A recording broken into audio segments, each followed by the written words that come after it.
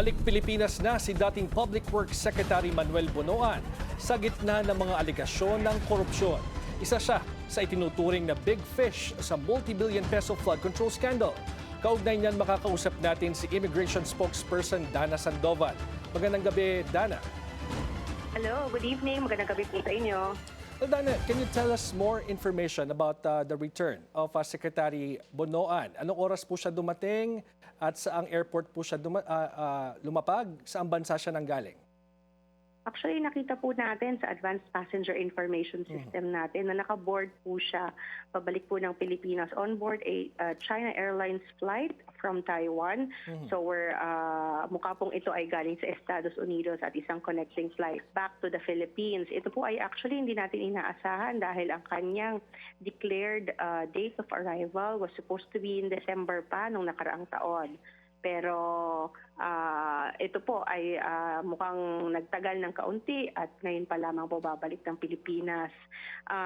Kanina po umaga dumating siya at wala po siyang kasama. When he left the country, he was traveling with his spouse. At sinabi po niya na they are going to the United States of America for medical purposes. Pero ngayon po, nung siya po ay bumalik ng Pilipinas, hindi niya na po kasama ang kanyang spouse. Mag-isa lang po siyang bumalik ng Pilipinas? That's right po. Tama po kayo dyan. Okay, kung binabanggit niyo po na sa kanyang declaration ay December, sana siya uuwi ng Pilipinas, may implication ba yon kung ngayon lang siya umuwi or wala naman? So far po doon sa ating derogatory record na doon pa lang sa Immigration Lookout Bulletin. So wala pa po or wala po siyang warrant of arrest or hold departure order. So, in the side of immigration po, wala po siyang implication. But hindi ko po siguro masasagot kung siya po ay pinatawag sa ibang mga investigasyon. Maaari po yung doon, yung kanyang presence kung kinakailangan. Maaari pong ang kanyang prolonged stay outside the country might have an implication doon sa mga investigation or mga hearings na ginaganap kung saan siya po ay kinakailangan. May impormasyon po ba tayo kung saan siya nagpunta after niyang pagbalik dito sa Pilipinas? Or continuously pa ba yung ating ginagawang pagbabantay sa kanya kung lalabas siya ulit ng bansa? Continuous naman po yung pagbabantay natin in terms of following the Immigration Lookout Bulletin. Kasi sa atin po ang direktiba sa Bureau of Immigration, if he is to be found in any port of entry or exit, we will inform immediately the Department of Justice and the Secretary of Justice.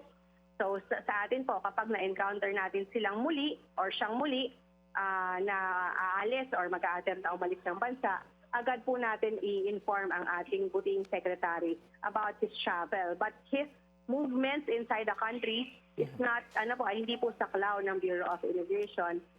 It might fall under our local law enforcement agency. Okay, so kumbaga po sinasabi nyo na pagdating niya sa Pilipinas, basta dumating siya dito, yun yung nire-record nyo. At kung lalabas siya ulit, that's the only time that you will report to the Secretary of Justice. Yes, bilang part po of the Immigration Lookout Bulletin, yan po ang protocols na sinusunod natin. Okay, kumusta po so far? Kasi marami pong mga kayong binabantayan nasangkot dito sa flood control figures, especially yung mga nasa ILBO nga po. How about Zaldico? Nasaan na po siya ngayon? Tama ba na nandun pa rin siya sa Europa?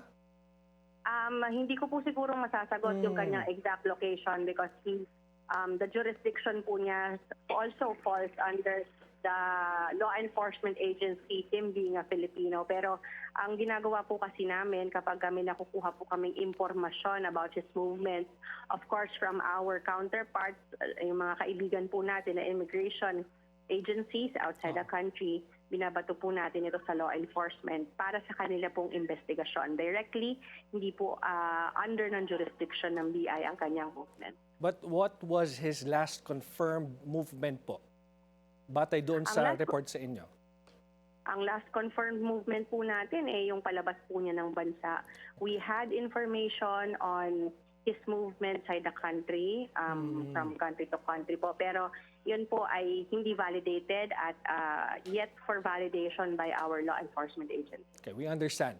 But we will take this opportunity to ask you na rin kasi hinahanap din po ngayon si Atong Ang. Meron siyang warrant, Kasi may nakapagsabi pong isang whistleblower na baka raw po umalis siya ng Pilipinas.